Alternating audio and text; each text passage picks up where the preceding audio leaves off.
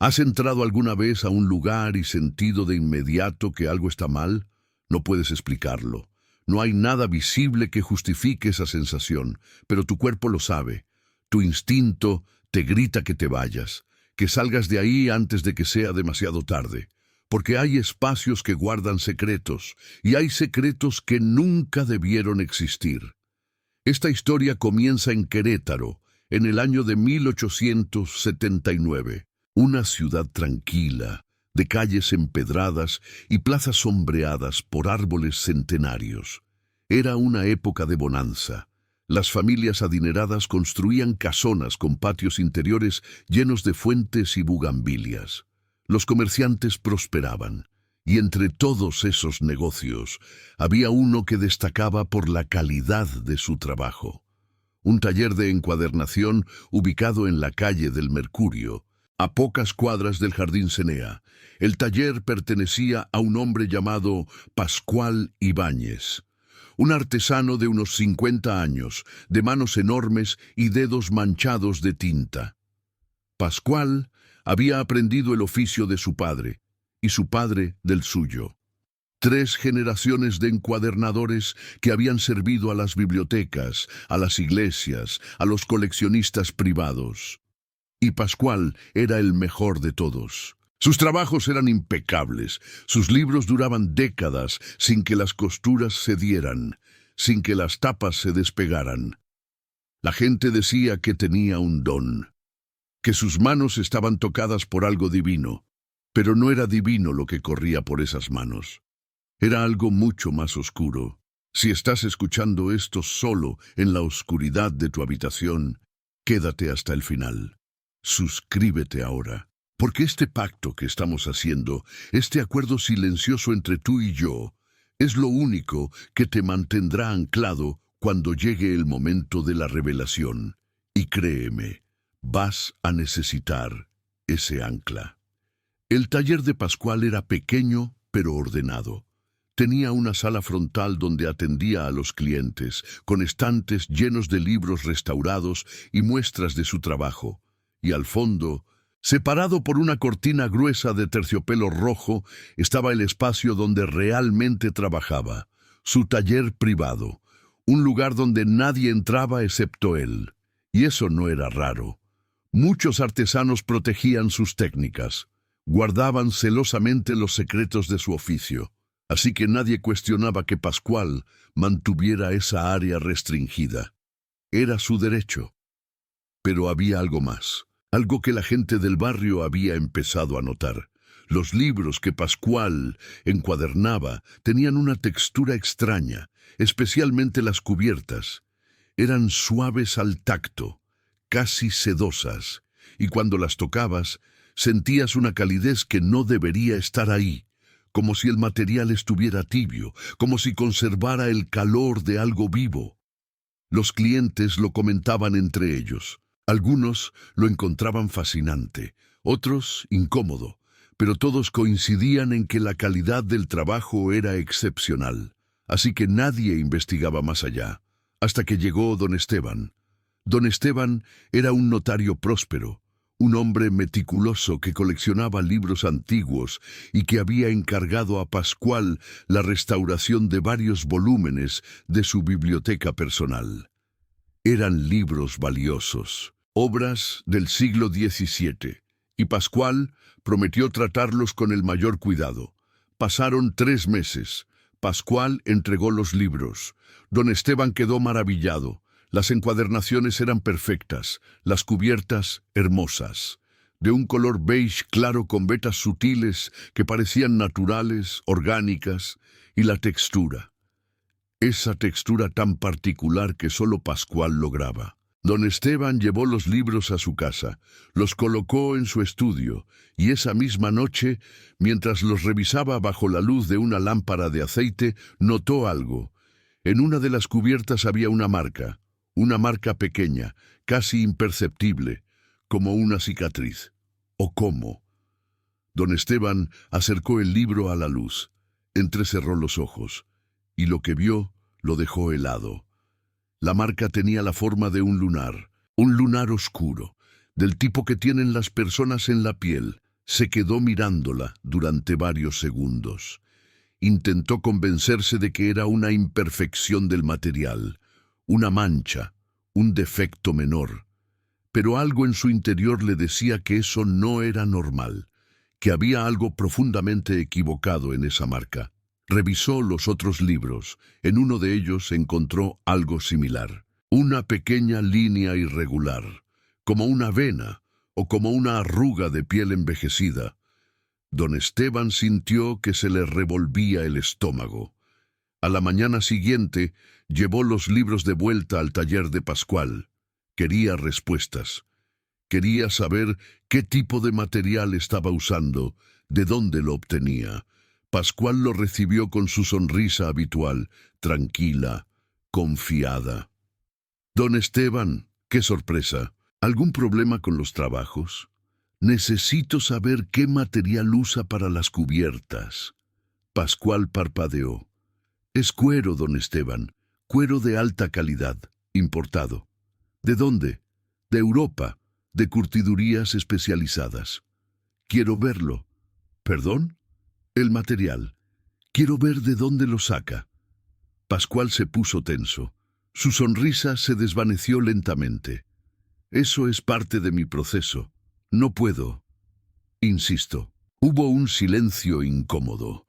Pascual miraba a don Esteban con una expresión difícil de descifrar, algo entre molestia y preocupación. Finalmente, suspiró. Está bien, pero debe entender que esto es algo que mantengo en reserva. Por favor, no comente con nadie lo que va a ver.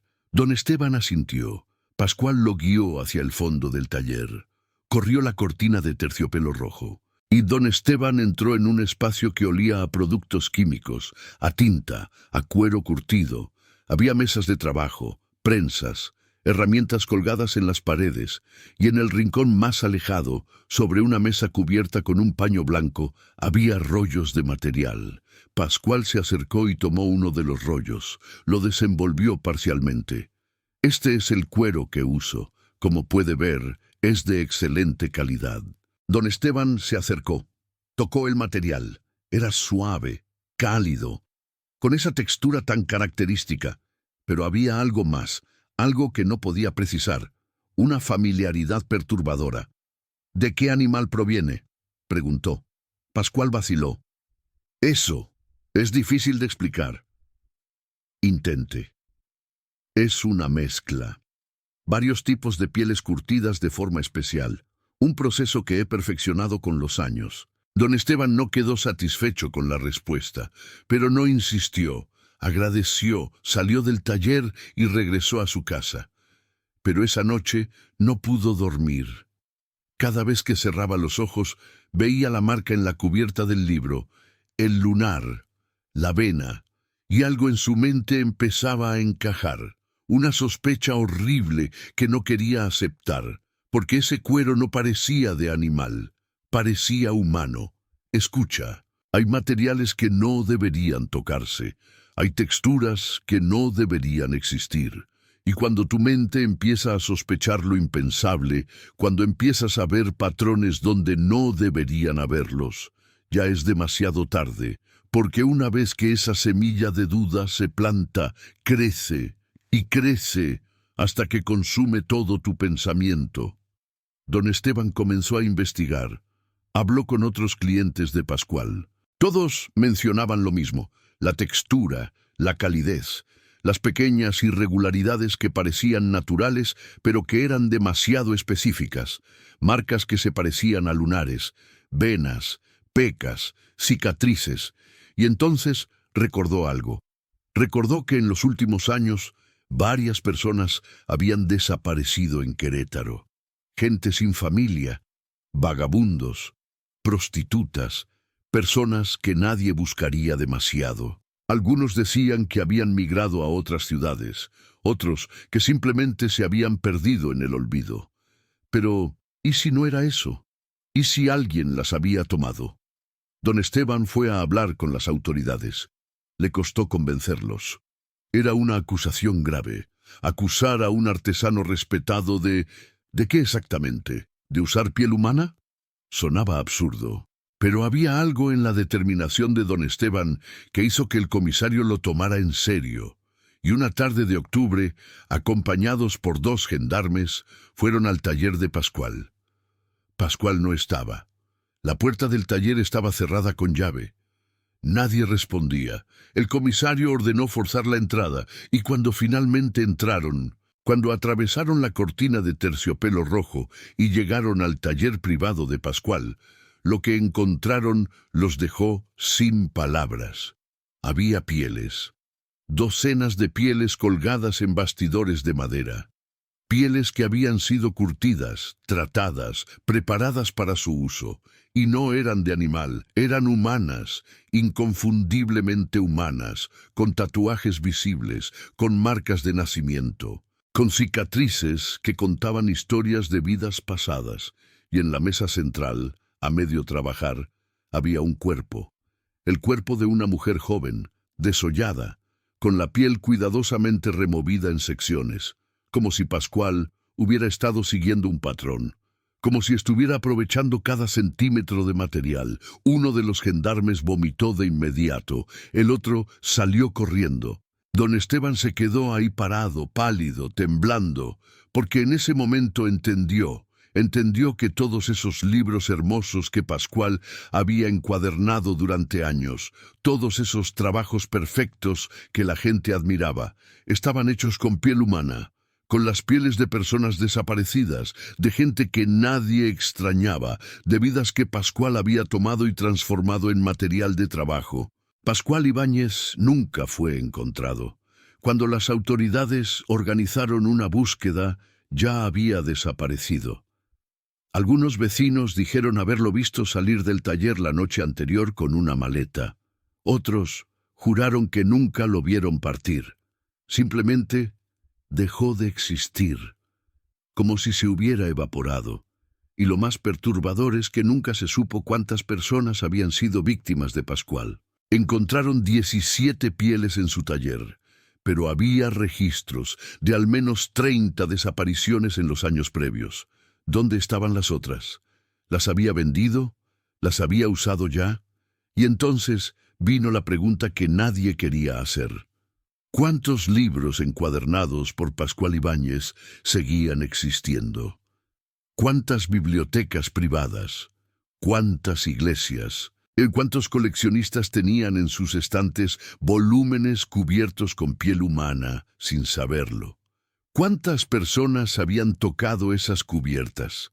Las habían acariciado, las habían admirado, sin saber que estaban tocando a alguien, sin saber que cada libro era un monumento macabro a una vida robada. Las autoridades intentaron rastrear todos los trabajos de Pascual. Confiscaron varios libros, pero era imposible recuperarlos todos. Muchos habían sido vendidos, regalados, heredados, dispersados por todo el país. Y hasta el día de hoy es posible que algunos de esos libros sigan existiendo. En bibliotecas olvidadas, en casas viejas, en colecciones privadas cuyos dueños no tienen idea del origen de sus tesoros. ¿Alguna vez has tocado un libro antiguo y sentiste algo raro? Una calidez inexplicable, una textura demasiado suave, demasiado orgánica, como si el material tuviera memoria, como si conservara el calor de quien alguna vez lo habitó, porque la piel humana curtida no es solo un material, es una presencia, es el último vestigio de una persona, y algunos creen que esa presencia nunca se va del todo, que se queda ahí, atrapada en el cuero, susurrando en silencio, esperando ser reconocida. El taller de Pascual fue clausurado inmediatamente. Quemaron todas las pieles que encontraron, destruyeron sus herramientas, sellaron el edificio, y años después fue demolido. Pero la gente del barrio nunca olvidó el olor que salió de ese lugar cuando las autoridades lo abrieron. Un olor a químicos mezclado con algo dulzón y podrido. Un olor que se pegó a las calles durante semanas. Nunca olvidó las historias de las víctimas, las pocas que pudieron ser identificadas. Gente que había desaparecido sin dejar rastro. Gente que nadie buscó lo suficiente. y nunca olvidó la sensación de haber vivido junto a un monstruo durante años sin saberlo, de haber admirado su trabajo, de haber recomendado sus servicios, de haber tocado esas cubiertas hermosas sin saber que estaban hechas de muerte. Ahora bien, antes de que termines de escuchar esto, quiero que pienses en algo. Piensa en los objetos que tienes a tu alrededor, en las cosas antiguas que has heredado, en los libros viejos, en las prendas de cuero, en todo aquello cuyo origen desconoces. ¿De dónde vienen realmente? ¿Quién los hizo? ¿Qué materiales se usaron? Porque en el mundo hay artesanos honestos, gente que trabaja con dignidad, pero también existen los otros, los que cruzan líneas, los que transforman lo prohibido en arte, los que convierten el horror en belleza, y no siempre es fácil distinguir entre unos y otros. Si alguna vez has sentido algo extraño al tocar un objeto antiguo, si alguna vez has tenido la sensación de que algo no estaba bien con cierto libro o cierta prenda, déjamelo saber en los comentarios. Escribe simplemente "lo sentí" o "lo toqué". Y si conoces a alguien que colecciona libros antiguos, que tiene bibliotecas llenas de volúmenes cuyo origen desconoce, comparte esta historia, porque hay cosas que deben saberse, hay advertencias que deben transmitirse. En Querétaro, en el sitio donde alguna vez estuvo el taller de Pascual Ibáñez, ahora hay un pequeño parque. Los niños juegan ahí, las familias pasean los domingos, y nadie recuerda lo que hubo antes. Pero hay una placa pequeña, casi escondida entre los arbustos, que fue colocada décadas después por un grupo de historiadores locales. Y en esa placa hay una inscripción simple: "Aquí se cometió una atrocidad. No olvidar". No dice más, no explica, no detalla, porque hay cosas que no necesitan ser dichas en voz alta. Hay horrores que se entienden mejor en silencio. Y si alguna vez pasas por Querétaro, si visitas ese parque tranquilo donde los niños ríen y el sol brilla entre las hojas de los árboles, busca esa placa, léela y recuerda. Recuerda que el mal no siempre se ve como el mal, que a veces usa delantal de artesano, que a veces tiene manos manchadas de tinta, que a veces crea belleza con los fragmentos de vidas destrozadas, y que el verdadero horror no está en lo que vemos, está en lo que tocamos sin saber, en lo que admiramos sin cuestionar, en lo que heredamos sin investigar. Ahora, antes de que cierres esto, antes de que intentes dormir, haz algo por mí. Mira los libros en tu estante, los viejos, los heredados, los que compraste en mercados de antigüedades. Tócalos, siente su textura. ¿Son de cuero? ¿Cómo se sienten? ¿Tibios? ¿Suaves? ¿Demasiado orgánicos? ¿Y si encuentras una marca extraña? Un lunar, una vena, una cicatriz que no debería estar ahí. No la ignores. Porque tal vez ese libro no es solo un libro, tal vez es alguien que está esperando que finalmente lo reconozcas, alguien cuya piel nunca dejó de sentir,